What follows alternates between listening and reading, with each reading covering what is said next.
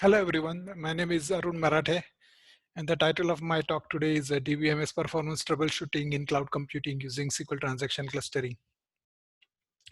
So the main idea of the paper is the following. So I propose that you start clustering SQL transactions and monitor cluster level performance of those transactions.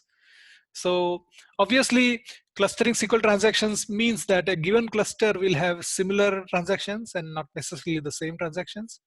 And different clusters will have different transactions.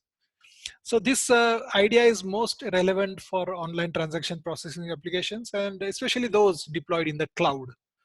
Although cloud deployment is not a necessity. A couple of examples of OLTP applications. One is a well-known TPCC benchmark consisting of 5 transaction types.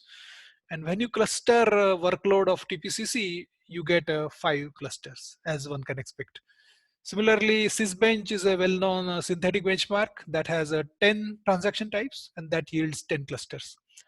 So monitoring SQL cluster level performance means monitoring some metrics. So here are some example metrics that one can talk about. And these metrics are of course cluster level. So one can talk about average transactions per second of a cluster, average number of rows read or written or sent to client of a cluster, average transaction duration, average lock time, and so on. And because every transaction cluster has similar transactions, all of these metrics for a given cluster tend to be more or less the same. And therefore they form a so-called signature. And signatures are the ones, are the entities that you monitor. And by monitoring the signatures, when you notice considerable deviations from the norms or baselines, you can investigate that scenario further. So something interesting or something problematic has happened. And one thing non-obvious about these cluster signatures is that these signatures are independent of the application's load. So an OLTP application's load is defined by the number of terminals that are currently connected to it or the number of users currently using the applications. So many OLTP metrics, they are directly proportional to the application load, but the cluster level signatures are not. And that's a very nice property about those signatures. So on this slide, I have shown you some sample signatures coming from a benchmark called Small Bank. Small Bank implements some operations of a bank and it is contained in the OLTP benchmarking toolkit. So there are 3 metrics plotted: average lock time, average rows examined, and average transactions per second. And every plot has 6 lines, and that tells us immediately that there must be 6 clusters and there must be 6 types of transactions. And that indeed is the case for Small Bank. Uh, on the second plot, you notice that the number of rows examined by particular clusters are always the same. So this is a peculiarity of Small Bank, and it will not necessarily be the case for all the workloads. And in the average transactions per second graph, there are 5 transaction types that are clustered around 100 TPS, and there is a 6th transaction type, which gives us considerably higher TPS, namely 6 or 700. And that orange cluster turns out to be the balanced transaction. And that balanced transaction is the only read-only transactions from Small Bank. The other 5 are all read-write. And because it's a read-only transaction, it gives us the highest transactions per second. So that is not surprising. So those are the kind of things that you can learn by taking a look at cluster level statistics, cluster level metrics. So in the rest of the presentation, we are going to debug a couple of sample scenarios. And let's see how cluster level data analysis enables easy debugging of the scenarios. So the first scenario is this. So let us say DBA is performing a bulk load operation. And to speed up the bulk load operation, he or she typically does it in 3 steps. He will drop the indexes, then he will bulk load data, and then he will recreate the indexes. And let us assume that during the last step, he forgets to recreate one of the indexes. So how can he monitor, how can he troubleshoot his mistake, right?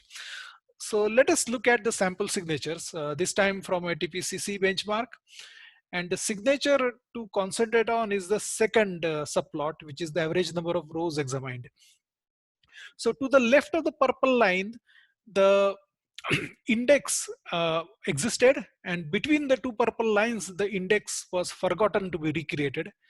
And then to the right of the right purple line, the index recreation mistake was corrected. So in between the two purple lines, there you will notice that there are two lines, blue line and green line. So for those two clusters, the average number of rows examined shows considerable jump. And it turns out that the green line corresponds to the payment transaction and the blue to the order status.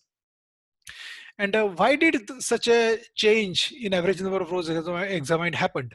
So it turns out that that index that was forgotten to be recreated was used by order status and payment transactions to process the data. And because the index did not exist during that interval, the optimizer had to revert back to table scans. And of course, if you scan the table, you are going to have to examine many more rows than if you used index 6, right? So as soon as the index was recreated, the optimizer then was able to revert back to the index 6 plan. And that being the case, the average number of rows examined reverted back to the baseline values. So this is the type of debugging that is enabled by transaction cluster level data monitoring, and that will be extremely hard to accomplish in the absence of it. Essentially, one would have to mine and correlate many logs to be able to debug such a scenario. In the second scenario, let us say some users have noticed all of a sudden that the payment that they do on a web application has slowed down, right? So what might have caused the degraded payment performance? So let's look at the signature again. So this time the benchmark is once again TPCC, and rather than the usual 5 lines for every matrix, now one sees a 6th line, right? So this orange line. Now, as soon as the DBA notices the 6th line, he can drill down into that line and find an example transactions belonging to that cluster. And that turns out to be the incomplete payment transactions. So on the screen, you will see an example of that transactions. So usually TPCC's payment transaction has approximately 7 statements followed by commit. But in this case, the payment transaction is rolling back after submitting only 2 of those statements. So after update and select, it is rolling back. And then of course, there are other types of payment transactions that are going through in their entirety. So they form their own cluster, but there are definitely sufficiently many incomplete payment transactions, and that are causing the rollback. And that causes the 6th cluster, and in turn, the users noticed a degraded performance for the payment transactions. And that's the reason why payments are getting processed slowly. So this, once again, such an analysis was made possible purely because of cluster level data monitoring, and it would be difficult to accomplish a similar level of debugging in the similar amount of time if you did not capture cluster level data. So that concludes my presentation today. So what I propose is that DBMS should start providing cluster level data monitoring tools and data. So that will be in addition to the existing user level index, table, and schema level data that is being captured. It simplifies troubleshooting of many scenarios and mostly useful for OLTP applications and those deployed in the cloud environment. And although I did not get to talk about how this idea was implemented, but we implemented by using minor extensions to existing server-side framework as it exists in a MySQL. And similarly, such dynamic tables exist in SQL Server, Oracle, PostgreSQL, and so on. So the same idea is implementable in other products, those other products as well, using similar implementation techniques. So that concludes my presentation today. And here is my contact information, my work email address and personal email address. If you have any questions, feel free to drop me a line. And thanks for your attention.